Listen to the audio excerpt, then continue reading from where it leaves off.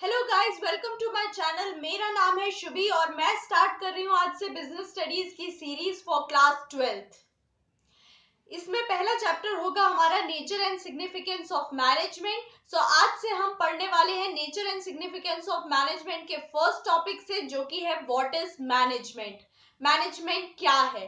अगर मैं आपसे पूछूं कि मैनेजमेंट क्या है तो आप क्या जवाब देंगे? थोड़ा फेमिलियर लगता है बट शब्दों में बता नहीं पाते हैं, डे टू डे यूज भी होता है ये शब्द, है ना। मैं आपको बताती हूँ। आपने अपनी मम्मी का रूटीन देखा है? उसमें वो क्या करती हैं?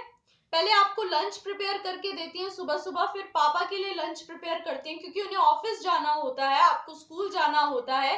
देन फिर जब आप चले जाते हैं तो वो घर के कुछ काम करती हैं, राइट। तो क्यों ना वो ऐसा करें कि पहले घर के काम कर लिया करें आपके स्कूल के टाइम पे और पापा के ऑफिस के टाइम पे। नहीं करेंगी ना वो ऐसा? क्यों नहीं करेंगी?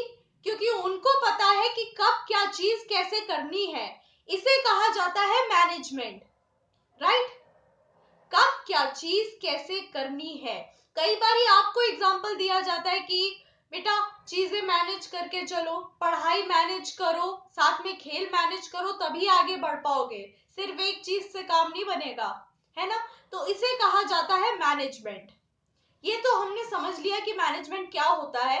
अब नोट्स के थ्रू हम देखते हैं कि क्या होता है मैनेजमेंट। एक और चीज मैं आपको बता दूं, आप अपनी स्क्रीन पे नोट्स देखेंगे, वो चाहे तो आप नोट कर सकते हैं।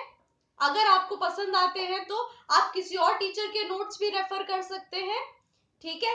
ये जो नोट्स होंगे ये एनसीईआरटी की इंपॉर्टेंट लाइंस हैं, जो मुझे ऐसा महसूस हुआ आपको समझानी चाहिए, आपको पता होनी चाहिए, ठीक है।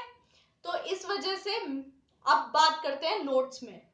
मैं आपको एक और बात बता दूं कि मैनेजमेंट तो हम पढ़ेंगे पढ़ेंगे क्या होता है, बाकी मैनेजमेंट एक ऑर्गेनाइजेशन में क्या हेल्प करता है, क्या रोल प्ले करता है, हम उसे देखने वाले हैं पूरी बिजनेस स्टडीज में, राइट।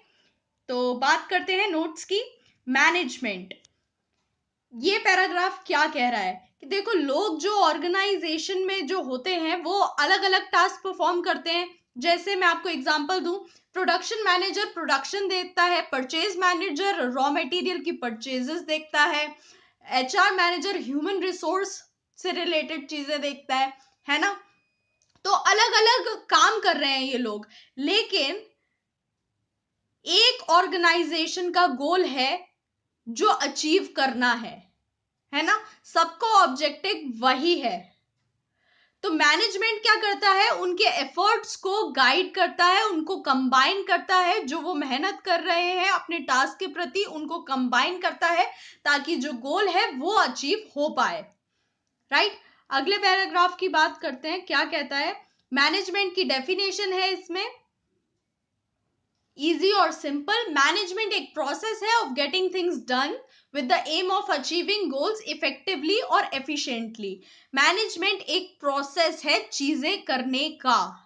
ये प्रोसेस क्या होता है ना, ये अभी हम देखेंगे थोड़ी देर में, ठीक है। चीजें करने का एक प्रोसेस है, कैसे, और वो चीजें कैसे होनी चाहिए? इफेक्टिवली होनी चाहिए और एफिशिएंटली होनी चाहिए। इफेक्टिवली का मतलब क्या होता है कि टास्क पूरे हों और गोल्स अचीव हो, काम पूरा हो, गोल्स अचीव हो। एफिशिएंटली का मतलब क्या होता है? एफिशिएंटली का मतलब होता है कि कम से कम रिसोर्सेज का हम यूज करें उस काम को पूरा करने के लिए, right. So this was effectively and efficiently. अगर आप इफेक्टिव और एफिशिएंट नहीं हो अपने काम करने में तो आपने क्या मैनेज किया, राइट। तो आगे अब हम बात करते हैं प्रोसेस की। मैनेजमेंट कुछ फंक्शंस का सहारा लेता है, कुछ एक्टिविटीज का सहारा लेता है काम को करने के लिए। इस चीज को कहा जाता है प्रोसेस, ठीक है। अगर मैं बात करूं फंक्शंस की और एक्टिविटीज की, तो क्या है वो फंक्शंस, क्या है वो एक्टिविटीज? वो है प्लानिंग, ऑर्गेनाइजिंग, डायरेक्टिंग, स्टाफिंग और कंट्रोलिंग, राइट। ये इनके सेपरेट चैप्टर्स बनेंगे, तो आप इतना ज्यादा फोकस मत कीजिए कि क्या होता है ये, तो आगे जाके इसके चैप्टर्स बनेंगे, तो इन डेप्थ अब हम पढ़ेंगे। अब हम प्रोसेस का ये नोट्स तो आपको समझ में ही आ गया होगा क्या लिखा है। अब हम इफेक्टिवनेस और एफिशिएंसी को इन डेप्थ पढ़ेंगे।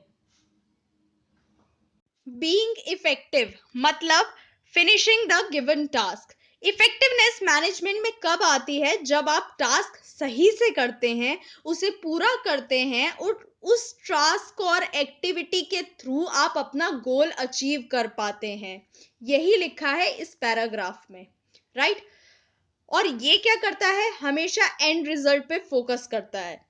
कैसे किया, कॉस्ट ज्यादा लगी, उससे मतलब नहीं है, सिर्फ टास्क कंप्लीट होना चाहिए तो आप इफेक्टिव माने जाएंगे, राइट? तो आपको नहीं लगता सिर्फ इफेक्टिव होना इनकम्प्लीट है? थोड़ा कॉस्ट तो देखनी पड़ेगी ना कि कम लगनी चाहिए, है ना? तो इफ ये एक नए कॉन्सेप्ट को अराइज करता है, एफिशिएंसी। एफिशिएंसी का क्या मतलब होता है? एफिशिएंसी का मतलब होता है टास्क तो पूरा करो ही, लेकिन मिनिमम कॉस्ट के साथ, right? Using less resources and more benefits are derived. ठीक है, अब आप फैक्ट्री में देखिए, वर्कमैन होते हैं जो मशीनरी चला रहे होते हैं, है ना? अगर जैसे रॉ मटेरियल आया, वो उस मशीनरी में डालेंगे और फिनिश प्रोडक्ट निकलेगा बाहर, है ना? तो इस प्रोसेसिंग में कुछ ना कुछ नॉर्मल और एबनॉर्मल वेस्टेज होगी। नॉर्मल वेस्टेज की मैं बात नहीं कर रही, जो होना तय है, मैं एबनॉर्मल वेस्टेज की बात कर रही हूँ। उसमें क्या होगा? अब जैसे वर्कमैन जो है उसे मशीनरी चलानी नहीं आती, वो स्किल नहीं है उसके पास कि वो मशीनरी चला सके, ठीक है? तो वो क्या करेगा? एबनॉर्मल वेस्टेज कर देगा प्रोसेस के दौरान, तो उसे कहेंगे कि वो इनएफिशिएंट है वर्कर। तो ये एग्जांपल हो गया ऑर्गेनाइजेशन में इनएफिशिएंसी का। आगे बात करते हैं, management is concerned with efficient use of resources because they reduce cost and ultimately lead to higher profits. Management के लिए जरूरी है कि इफेक्टिव भी हो और एफिशिएंट भी हो। इनमें से एक भी मिसिंग हुआ तो आप जो है, आपका जो मैनेजमेंट है वो पुअर है, ठीक है? आप इफेक्टिव हैं लेकिन आप एफिशिएंट नहीं है, ये कब होगा? आपको 10 सवाल दिए गए, आपने 10 के 10 कर दिए, लेकिन आपने गिवन टाइम पे नहीं करे, आपने टाइम बहुत ज्यादा लगा दिया, तो मतलब आप इफेक्टिव तो हैं लेकिन एफिशिएंट नहीं है। अगर मैं एक ऑर्गेनाइजेशन की बात करूं और कहूं कि हाँ एफिशिएंसी है, इफेक्टिवनेस नहीं है, तो उसका एग्जाम्पल ये होगा कि मेरी ऑर्गेनाइजेशन है, कुछ प्रोडक्ट बनाती है, उसकी मार्केट में कुछ ना कुछ डिमांड होगी। मान लो 10 प्रोडक्ट की डिमांड है, तो 10 प्रोडक्ट मुझे मार्केट में भेजने हैं। मैंने क्या किया? मैंने 10 प्रोडक्ट तो बनाए, मतलब देखा कि हाँ एक एक प्रोडक्ट पे की कॉस्ट मिनिमम लगे, सब चीज ध्यान में दी, लेकिन मेरे टाइम पे, गिवन टाइम पे 7 प्रोडक्ट ही बने विद मिनिमम कॉस्ट। तो इसका मतलब क्या हुआ? मैं इनइफेक्टिव रही। एफिशिएंट हूं मैं, लेकिन इनइफेक्टिव रही, मैं 7 प्रोडक्ट ही बेच पाई। तो उससे क्या होगा? टारगेट प्रोडक्शन अचीव नहीं हुआ, कंपटीटर्स जो है मार्केट को कैप्चर कर लेंगे, क्योंकि मेरे गुड्स जो हैं मार्केट तक पहुंच नहीं पाए हैं और डिमांड उनकी डिक्लाइन हो जाएगी, राइट? और इनएफिशिएंसी और इनएफेक्टिवनेस की वजह से पुअर मैनेजमेंट होता है। तो दोनों होना बहुत जरूरी है, सिर्फ एक से काम नहीं चलेगा। So this was my video. अगर आपको ये पसंद आती है तो प्लीज लाइक कीजिएगा, शेयर कीजिएगा,